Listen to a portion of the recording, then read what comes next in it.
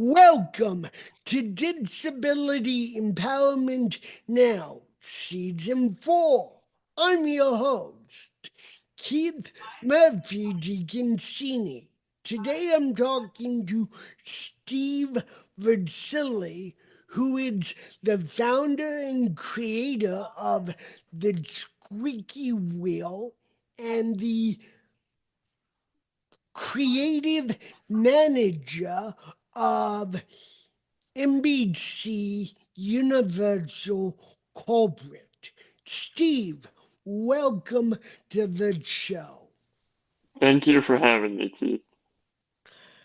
So, as we were talking about before we hit record, I've been aware of your work with Squeaky Wheel for some time.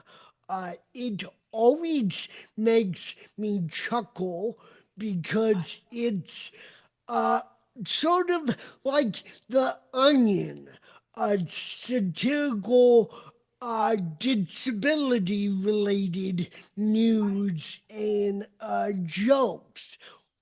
Where did you come up with that fantastic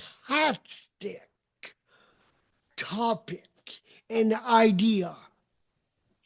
Sure. So around 3.5 years ago, I had been playing with all these kind of funny disability related stories that I had wrote, and a lot of them I wrote um, for the screen. I was interested in kind of making short films or trying to write for television, and I was writing all of this stuff, intending it to be sort of screen content. And pretty quickly, I realized that making video and doing things to the screen is really expensive and time consuming and requires a lot of people. And all of those were kind of obstacles with sort of the resources and time and skills that I had available. And what was nice is once I sort of started thinking about, oh, maybe I can translate these stories into a kind of short form internet satire format like The Onion, like you mentioned. I realized that that format allowed me to tell so many more stories and so many jokes much easier because it was something that I could do independently. I could just write a couple stories in a week and post them up online. I didn't have to worry about budget or time or resources or anything like that. So I kind of landed on the format of the Squeaky Wheel because it was a format that was really easy to create fast and for free and sort of as a disabled person with limited time and energy and resources, it felt very accessible for me. Now, I know you also have another job at NBC, and that's not as related to disability advocacy.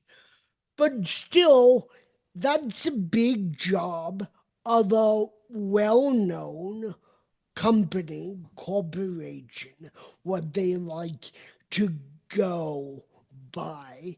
How did you get that job and what attracted you to that role?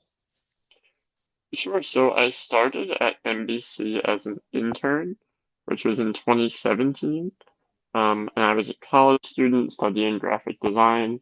I was a graphic design intern, and I've been with the company for the last 7 years in sort of various different roles. I started doing graphic design and doing a lot of sort of very traditional design work for digital and social and print. And then sort of as I spent more and more time here and became more interested in writing, especially when I kind of launched Squeaky Wheel and was getting a lot of comedy writing experience that way, I sort of dipped my toes in writing and communications for NBC Universal. Um, and really what drew me here is I love television. I love film. I always wanted to work in media. And again, a lot of the stories that are now Squeaky Wheel stories were stories that in my mind originally or ideas for streaming, for video, for television. And what I've learned from working at NBC and from being surrounded by that industry is that it is a beast to try and make that kind of content. And I wanted to create a platform that was more accessible and easier to get the stories out there. And that was sort of how I pivoted from screenwriting to internet satire writing. So I remember Squeaky Wheel title a few weeks ago that really caught my eye, and I was laughing about it for a few minutes longer than I should have, to be honest. Uh, but where you said about some performer or some athlete. Her disability doesn't define her, her acts does. And I was like, that's spot on. And I believe who you wrote that for commented on it or something. We've talked about the jump you made from a screenwriting to corporate uh, writing and mass media. What drew you to comedy, because there's a difference between doing comedy and writing comedy. What drew you to writing satirical work, aka a la The Onion? And why did you think that incorporating disability content in satirical work would work? And because beyond the squeaky wheel, I don't know a lot of disability satirical work that is updated with the regularity that the squeaky wheel is. And so take me back to the genesis of that platform and what was the, for the lack of a much better term, what was the inspiration for the squeaky wheel? Yeah, so I think there's a few different questions there I'm going to try and touch on. But first, that story you Sorry, mentioned, I'm wrong winded sometimes. no worries at all. Those are all great questions. So the first one you had mentioned, the story, her disability doesn't define her, her hot ass does. And that is a story that was not written by me. It was written by one of our writers. Her name is Lori. What's great about the Squeaky Wheel now is we have a team of over 30 writers. So there's tons of people Wait, contributing. can you repeat that number, please? Over 30 right now So, contributors. a over 30 writers contribute to the satirical content of the Yes. squeaky wheel. That's impressive. And to highlight again, the title article that I mentioned that I found way too hilarious for my own good was written by a woman where it Yes. sounded like it was definitely, definitely written by a man. That's just fantastic on so many levels. Please give Lauren my compliments Yeah, on it's a that chuckle, cause it still makes me chuckle weeks later. But go on. Yeah, it's a fantastic story that she wrote. She's been writing for us for definitely a few months now, maybe even a year. And I think that sort of ties back into you asked sort of what made me think to bring comedy about disability into satire writing. I already mentioned a little bit about how screenwriting was something that felt a little inaccessible because of how many resources and people it takes to create video content. And one other sort of field to add on to that is I love stand-up comedy, and I live in New York City where stand-up comedy is really popular. I love going to comedy shows. I think Um, I've heard of stand-up comedy and why it's so popular in New York City. There's a massive comedy scene in New York. People yeah, think that it's just Broadway and museums.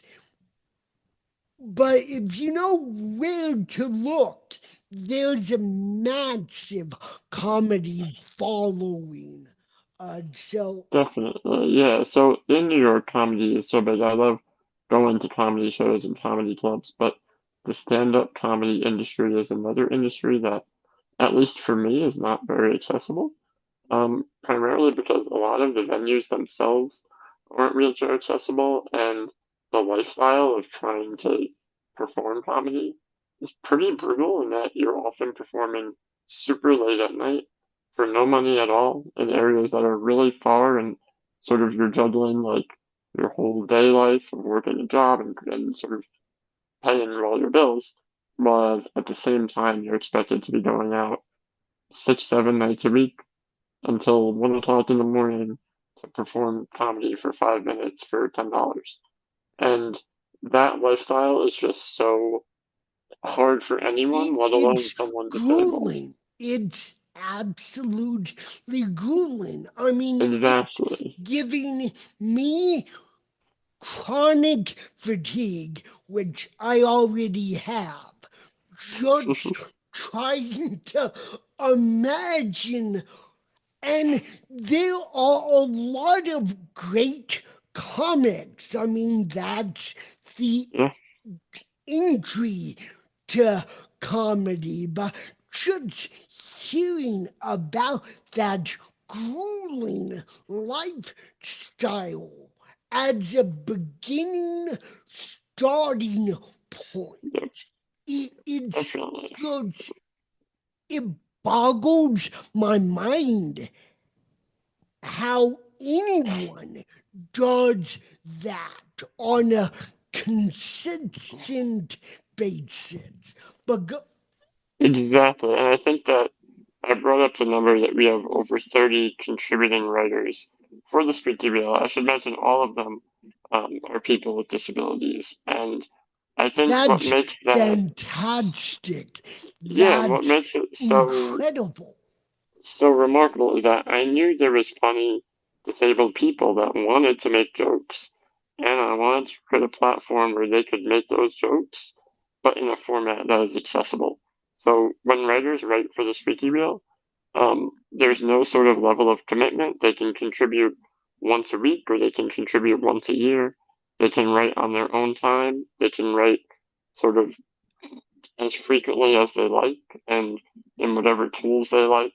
And I think that that sort of flexibility has allowed people that are sort of being kept out of stand-up comedy or screenwriting or other sort of comedy industries.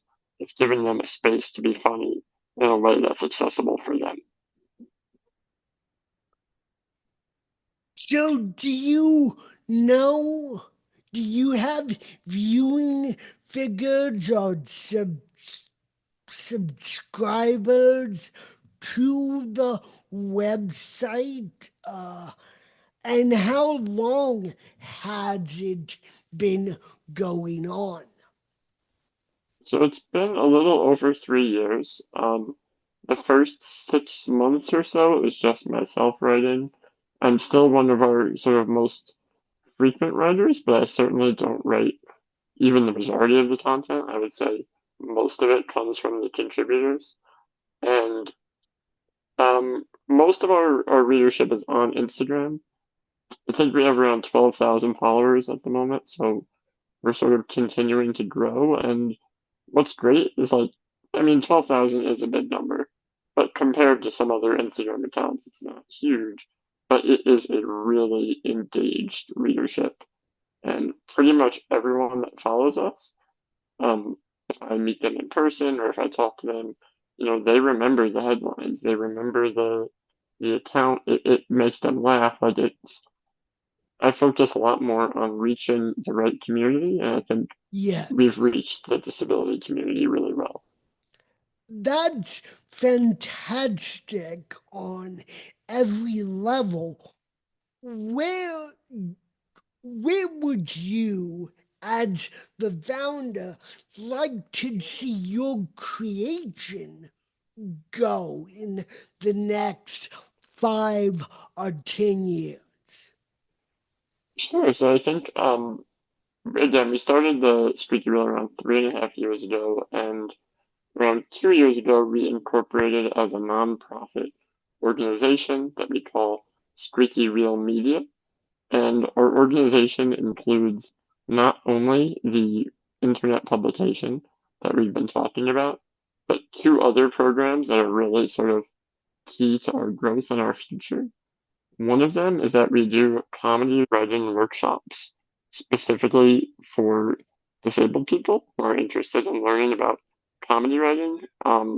We've been doing them virtually for disabled student unions, which a lot of colleges have now, or a lot of colleges have like disability club, disabled student organization, things like that. And we've met virtually with Harvard and Georgetown and NYU, and we're able to teach the students about how to use humor to talk about disability. And I think that program is really exciting because it again sort of lets young disabled people get their first sort of experiences with comedy writing.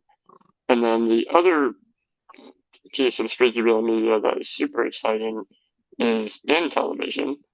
And we just premiered our first season of the Squeaky Wheel Canada, which was a co-production between the Squeaky Wheel and a Canadian TV production company called Hitsby Entertainment. And it's a 8 episode sketch comedy series that airs on television in Canada. Unfortunately, it's not available outside of Canada just yet, but it's very similar to like Saturday Night Live or any of the sort of popular sketch comedy shows you may be familiar with, and it's sort of taking the tone and humor and style of the Squeaky Wheel and putting it on the screen once we finally had access to kind of those resources and a team that was interested in putting it together with us. By the time this episode airs, the Disability Empowerment Now Inc. nonprofit will be up. But right now, as we're recording this, it's not up. And so there's so much I could pick your brain on starting a successful, effective nonprofit for a multimedia uh, offering, and we'll continue the conversation offline because I don't want it to distract from this episode, but it certainly relates to disability empowerment, advocacy, and employment. So you have the non-profit, you have some offerings other than the squeaky wheel. Why did you choose those offerings in particular to start with? And then what's down the road? Or what do you hope would add on to the current offerings that your nonprofit has in place already? So I think the writers' workshops is something that we came up with because I wanted to sort of reach people who didn't even know that comedy writing existed or was an option for them. I think a lot of young disabled writers don't think about writing comedy because when you look in the sort of wider landscape of disabled authors, there isn't a lot of comedy. It's No, not something no, that's well there marketed. is not. And that's a real shame because, Yeah, disabled people are funny. They want to, they, there is a shocking. stigma that they're very serious and sensitive, and it's often not true. Often disabled people love to make humor both at their own expense and sort of about the obstacles that are in their life that are sometimes super like ridiculous. Like I think when you start to dissect like the US healthcare system, it makes no sense. Like it is a joke. So it is No, funny when you start really picking it apart. And I think the writers' workshops um, sort of just place that seed in the brain of college students with disabilities. Like, oh, maybe when I go into advocacy, or maybe when I go into writing, or go into business, or whatever field they're going into, it's sort of a little reminder that like if you use a little humor, it can bring you really far, and it can really make your message more relatable. It'll make no. people want to listen to you if they're entertained by what you have to say.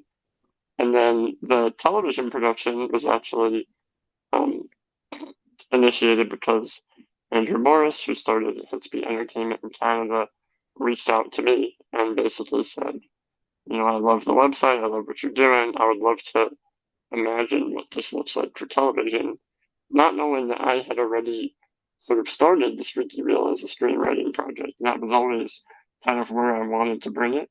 Um, so that was really just like a fortuitous connection. And I think that I would love for video content to be a larger piece of the Squeaky Wheel in the future. But again, as I keep saying, like it's so expensive and time consuming and requires a lot of people. So as a nonprofit right now, we're kind of trying to put together grants and fundraising and different ways of raising money so that we can make sure the Squeaky Wheel is sustainable. Because primarily right now it's mostly volunteer based. So let's go back to the idea of the non-profit and how you arrived there. I will say from my end, the getting to the non-profit was always the next iteration of the product that I was offering. First, it started as a podcast, just audio only. And then we jumped to the video cast about a season or two earlier than I had originally anticipated. But after the video cats really caught on, or it's beginning to catch on more and more, uh, the non-profit was always going to be the next iteration, the next offering of the show, of the project, of what we presented. That was our journey with the idea of creating a non-profit.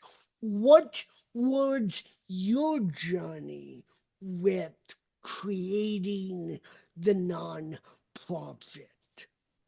Yeah, so I think our journey was similar in that as soon as the Instagram account and the website began to see some traffic, I knew it would need to get a little formalized. There would need to be some sort of business entity.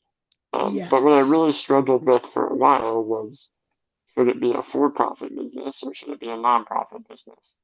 And it wasn't so much that I was concerned about like, ooh, I want to get rich off of this or I want to make a ton of money. It was more about which one gives the project a better chance to succeed and become sustainable.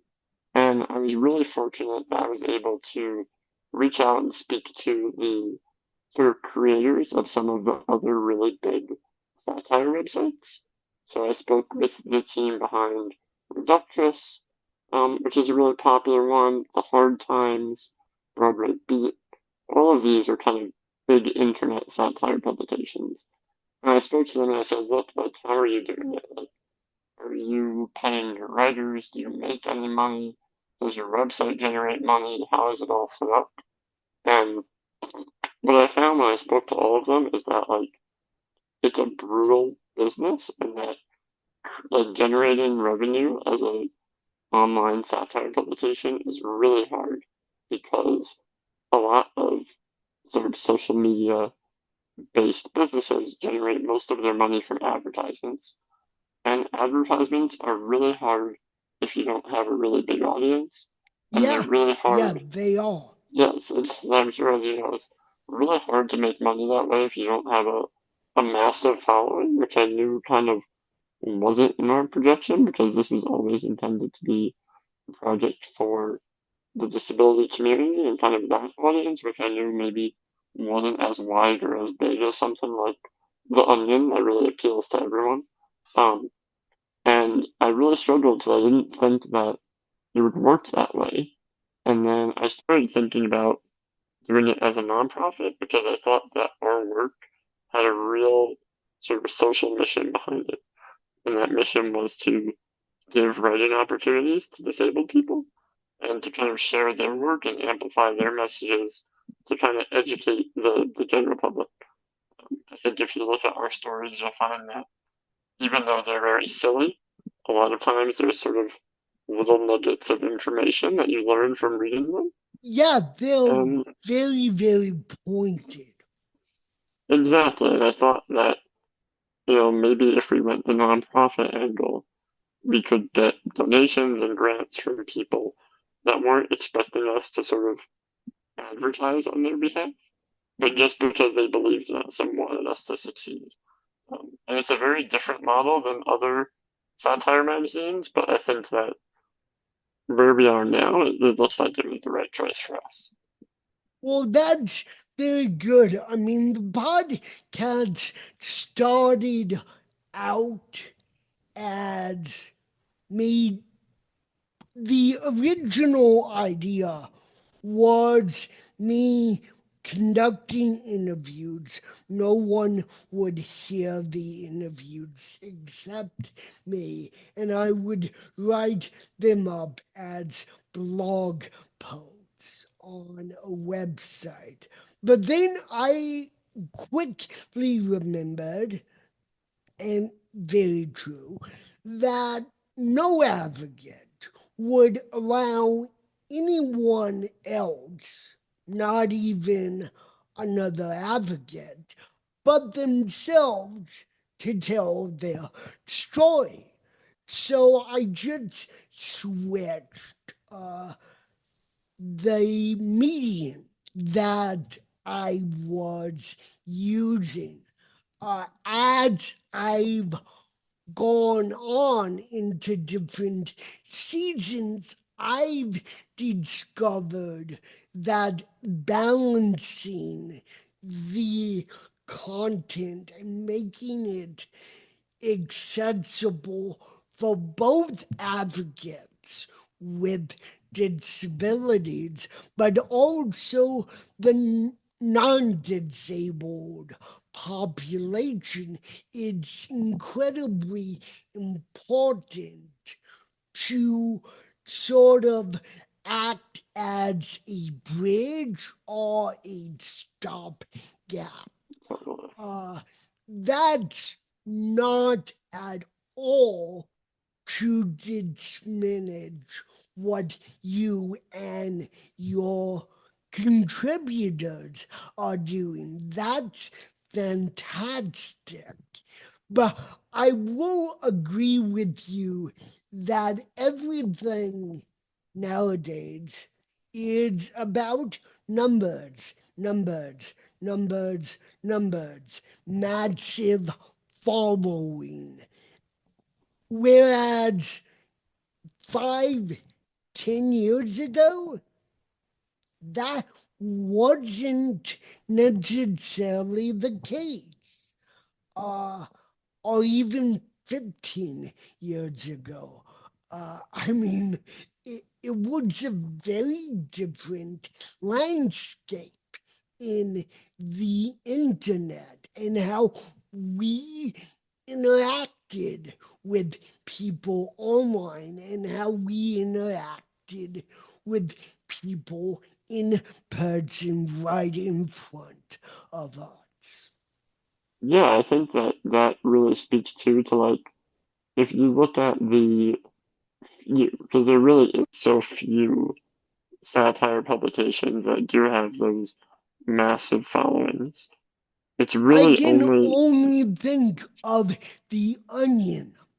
yeah, I it's really only the literally can only think of that one publication, and I'm sure they're not the only one, but really, the onion is the, pardon the phrase, the gold standard of definitely. comedy. Definitely. And they're kind of the really big dog. And then there's a few I would say major ones. I would say for those listening, people might be familiar with Reductress or Clickhole or The Hard Times. But Yeah, what all of those have in common is they were started at minimum, I believe, 10 years ago, if not more than that. And they built those audiences in a time when it was sort of easier to generate views for written content. Um, yet that's very, and I think a lot of people don't know or realize that.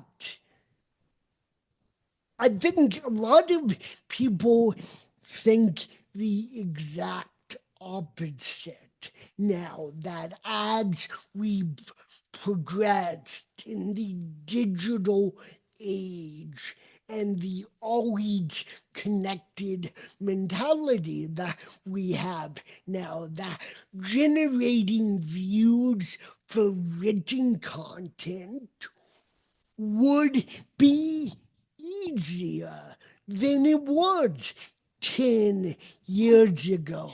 But instead, it is the exact opposite. Talk more about that. yeah, I think that honestly, just getting any kind of internet audience now is really, really challenging because there's so much oversaturation. Like every other person you meet is a content creator of some form, and when everyone is creating content, there's so much content and only so much appetite for the content. And the platforms that are big right now are TikTok, it's Instagram Reels, it's kind of short form video type content is really the path to going viral in 2024. And even that is hard. But doing it with something like we're doing, where it's sort of static images and sort of longer stories that are sort of maybe take 2 or 3 minutes to read, but you're asking a lot of someone when you're asking them to take 90 seconds to read your story. And it is really, really a difficult landscape for that kind of content. And so, how are you making it? How are you continuing in the very difficult digital landscape? Because your work is vital. I mean, it's not surprising to me that you have 12,000 uh, followers. I would assume it would be a lot more, but 12,000 is not anything to really shake your head at. It's a good number. And the fact that when you meet people, they can instantly recall what they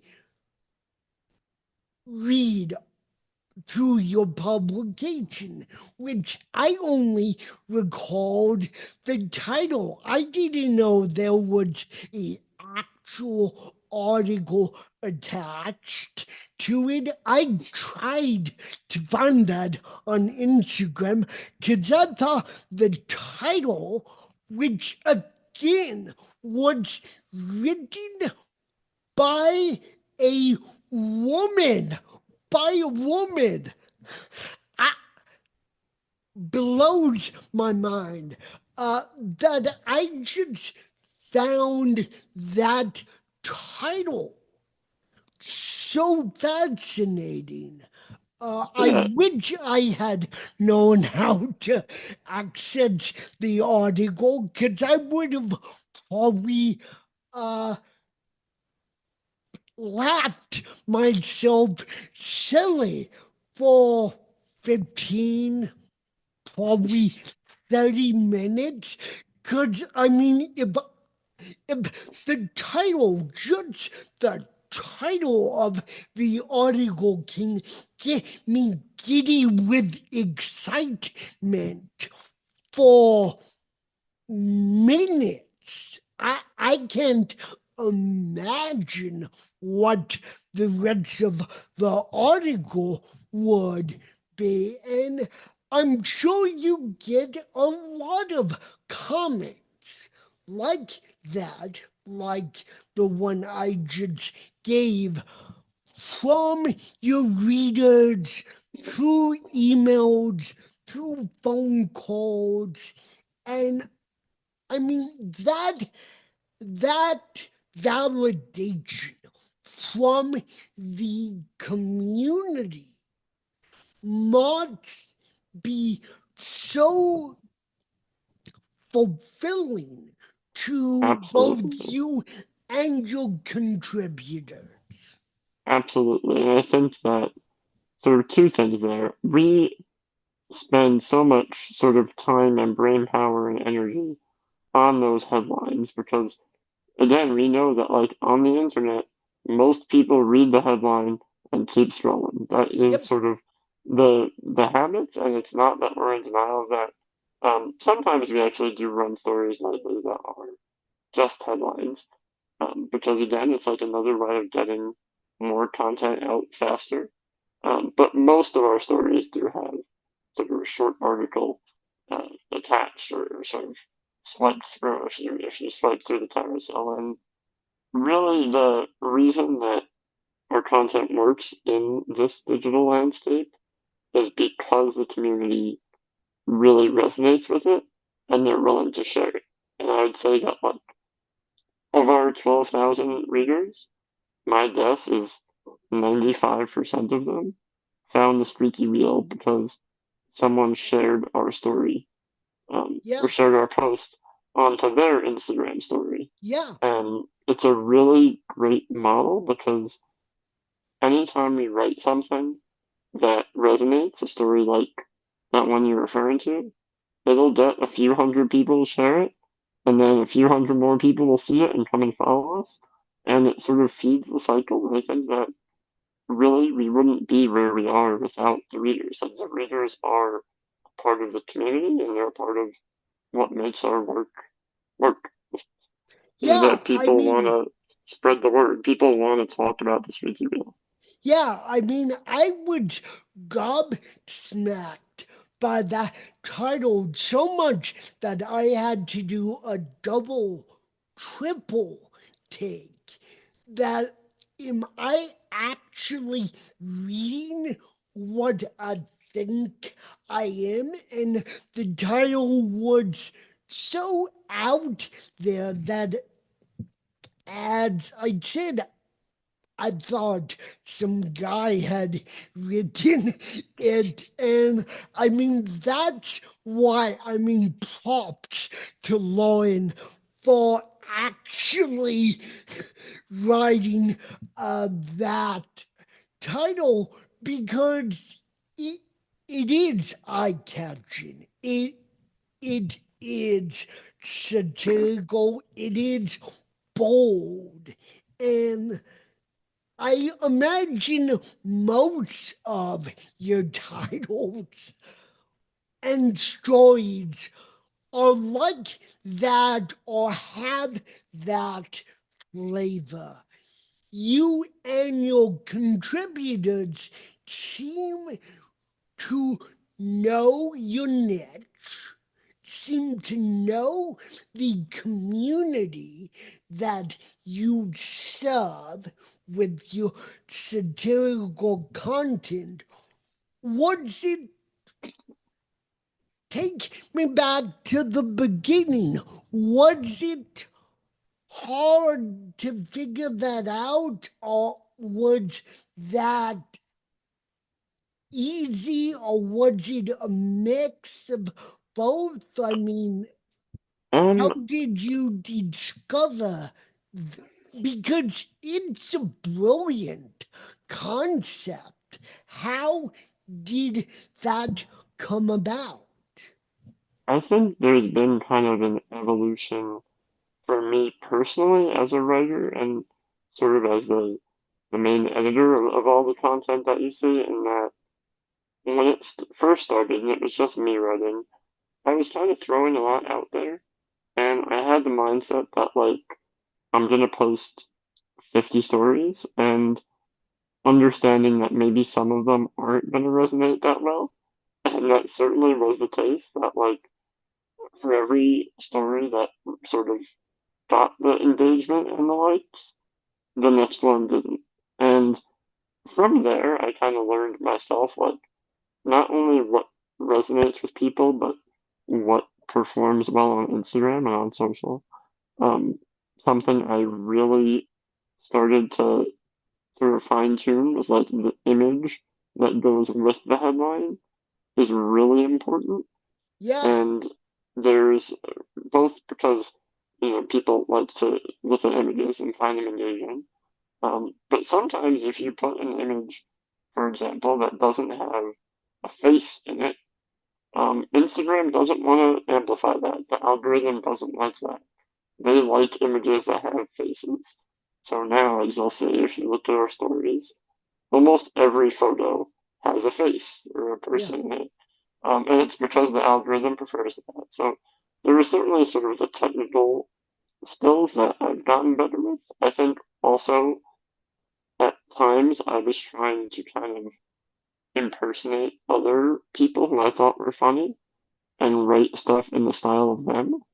And it didn't always work because that isn't really my sense of humor per se.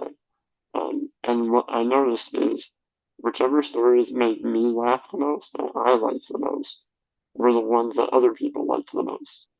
And that sort of gave me the confidence to sort of trust my gut and write things that I thought were funny, even if I couldn't really explain on paper why they were.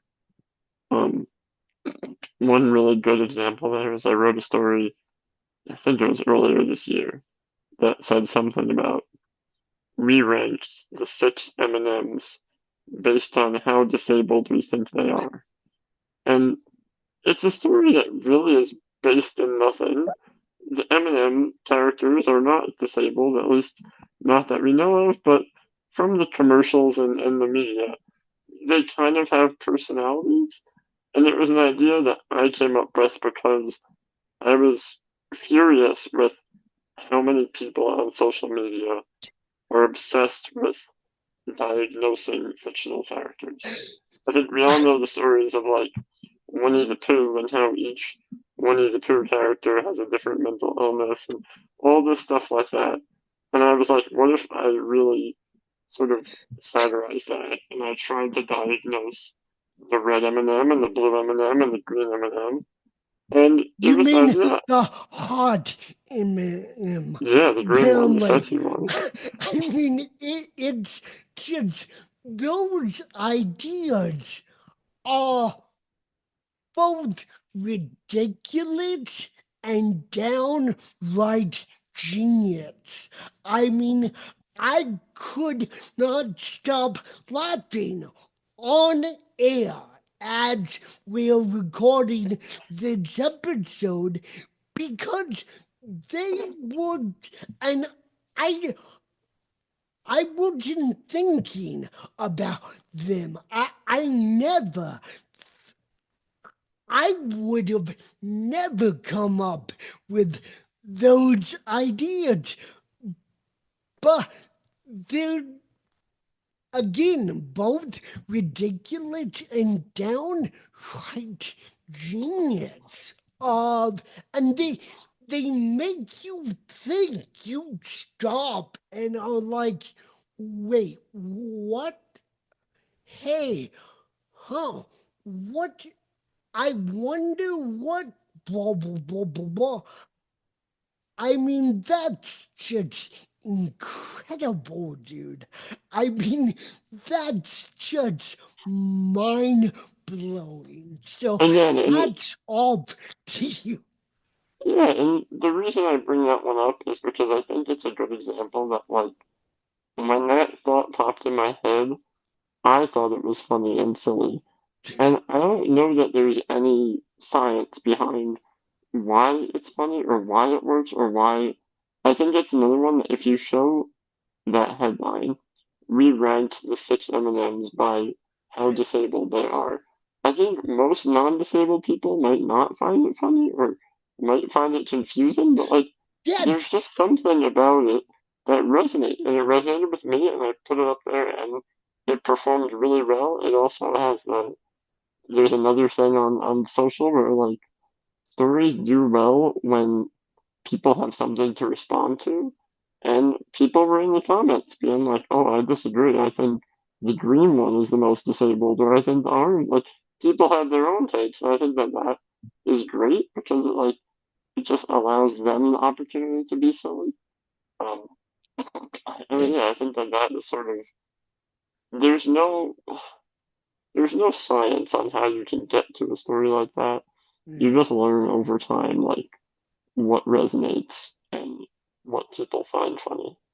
so my friend, in case there are any aspiring advocates who want to get into comedy writing, comedy performance regarding disability, or writing in general, and are unsure of how to get started, what would be some advice you would give them going forward?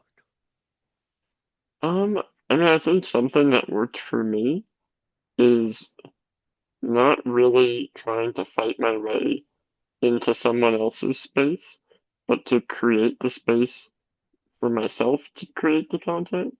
And by that, I mean, once I realized I was going to write sort of these disability satire stories, I didn't spend a ton of time trying to submit them to other publications because I knew that like it was such a unique perspective and it was sort of my own voice that like the Onion is not going to run that story. It doesn't make sense in the Onion, and so I sort of built the space for myself. I think for other disabled people, like find what you're good at, and if there's not a space for it, sometimes you have to make the space or make the platform. Um, and other times, I would say don't worry about the numbers. works for a long time. Like people who write on their own blog and get 50 viewers or 100 viewers or 10 viewers, like you're still getting the experience of writing. Hopefully, you're getting some feedback. Hopefully, you're getting some response. And as you sort of work on your craft, you'll get better and better. And the better and better you get, the more you'll figure out how to find that audience. I think a lot of people kind of want the big audience right away, and that can be dangerous because if you find that audience and your craft or still isn't at that level yet, it can be hard. So I like to think that both advocates with disabilities and those who have yet to discover or embrace their own disabilities listen and watch this program and groups within those groups. But I'm not naive enough to think that everyone takes away the same things from each episode. So, as my guest, and we've talked about a lot of topics, and I hope you will come back again very, very soon. It's been delightful talking to you, and thank you for making me laugh on air. Uh, what do you hope that advocates with disabilities take away from this episode? And what do you hope that those listeners or viewers who haven't discovered their own disabilities take away from this episode? That's a great question. I think that for me, a big part of it is I love when people are engaging with the sort of content that they're consuming. And what I mean by that is if you're a disabled person, if you're an advocate, and you see people online who are doing things that you think are cool, reach out and maybe see if you can be a part of it. Share, like, say hi, put it, repost it on a different platform, tell your friends and family. Like, I think it's very easy with the way the social media apps are designed to just kind of scroll and scroll and scroll and scroll and scroll and maybe sometimes give a like, but what really, really makes a difference is sort of that next level of engagement, which is leaving a comment, making a share, reaching out, and well, obviously, selfishly and shamelessly, that's great for the Squeaky Wheel when people engage with our content. I don't even mean it just in that way. I mean it in sort of the way that you had reached out to me to be on your podcast, and like it sounded cool. It sounded like a great podcast. I'm happy to be a part of it. This has been fun, and I think that both of us are better because we had this conversation.